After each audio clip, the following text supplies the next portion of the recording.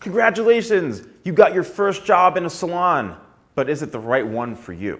What is going on, YouTube? Steven, the Salon Guy here, and episode 2 is here for Beauty School Basics. So, you've landed your first job at the salon, right? And you're so excited, but you're starting to feel a little unsure because the owner promised you everything and education and this and that, and you're like, well, I'm not really seeing that, and I've been here for 3 days, and the owner's a complete whack job, and there's so much drama in the salon.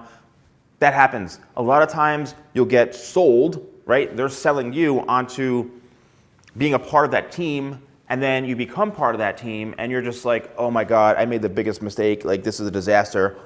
And you either get trapped there for 4 years, because you don't know what to do and you feel so comfortable, or you're miserable and you jump from salon to salon. Well, it's very, very common. And hopefully in this video, I can help shed some light that will really set you up for success when it comes to finding the right place. Now, finding the right salon does not come easy.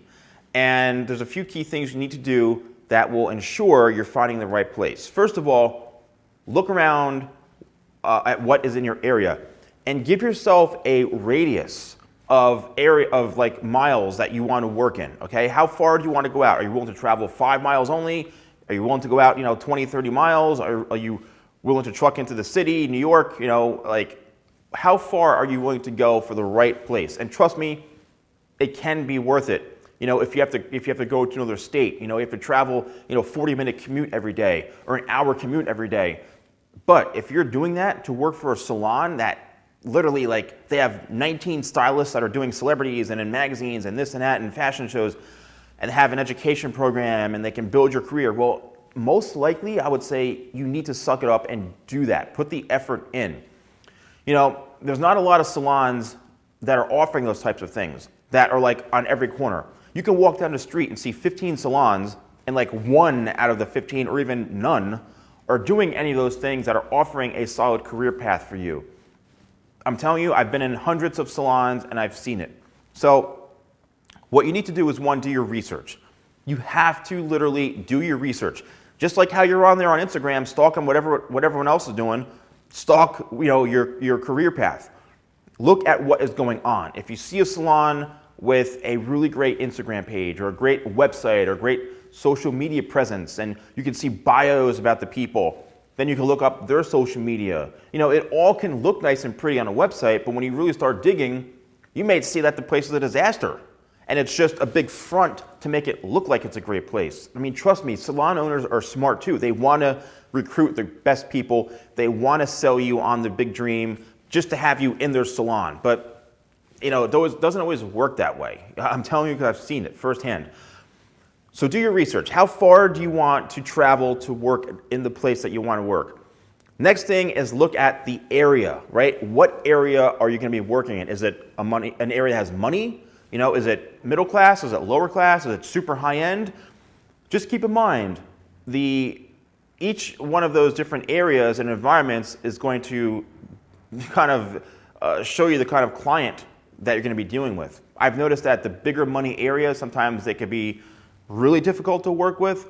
Sometimes the lower end, the lower class kind of areas are even just as difficult, or they're just as demanding, but they're paying a fraction of the price, but they want the best service, and they can be just as crazy. People with money be just as crazy. Everyone can be crazy. But you really need to understand, because you're not going to be able to charge $50 or $100 for a haircut in a town that the highest price for a haircut is $20, okay? It just doesn't work that way. So what you need to do is find an area that you see yourself in and that you feel comfortable for charging the work that you're charging and what the salon is charging, and you're okay with that. Can you make a living by charging $20 a haircut?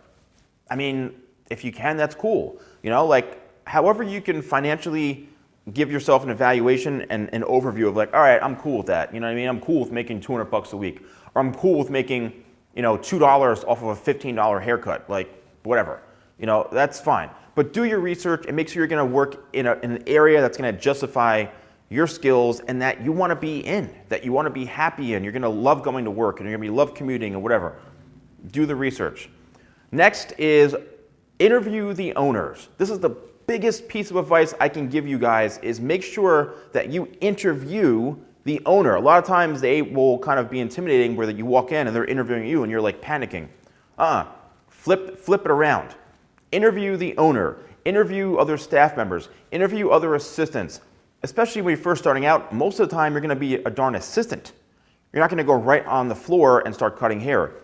Interview the assistants. And if you ask them a question like, hey, what's it like working here? And their response is, well, I mean, I've been here for like 4 years now and, I'm still looking to get my chair. Just walk out. I'm telling you right now, because that's just a disaster. You know what I mean? It's not going to be the right place for you. I'll be honest with you. I've seen it a million times. Interview the owner. Ask the owner, okay, number one, Mr. or Mrs. Owner, what are you going to do for me and my career? And if they say to you, well, I'll give you a chair, or I send you education, that's so easy for them to say that. No. What type of package are you offering?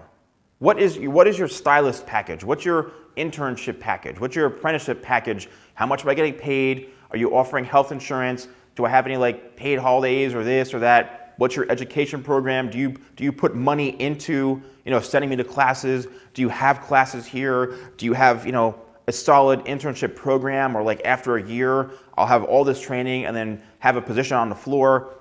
What's your turnover rate? How many stylists do you have working here? I'm telling you, the owner will probably be floored and be like, oh my God, who is this person?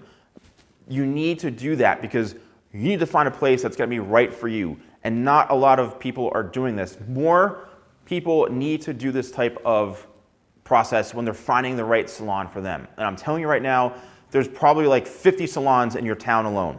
So go out there, interview salons, set a goal for yourself and say, you know what, this week I'm interviewing 10 salons. 10 salons in a week, rate them from 1 to 5, and then break down what the best one is. And most likely it's going to jump out at you and you're going to go, you know what, that's the kind of place I want to work in. So that's pretty much it, guys. This is a really, really crucial video, is this topic we talked about today. If you found this helpful, please let me know in the comments below. If you've had any disasters, if you understand where I'm coming from, if you just share your experiences in the comments. I love to engage with you guys. So thank you guys so much for watching. Don't forget to like, comment, and subscribe, and share this video. If you found it helpful, share it. Thank you guys so much for watching, and I'll see you next time for more videos with the Salon Guy.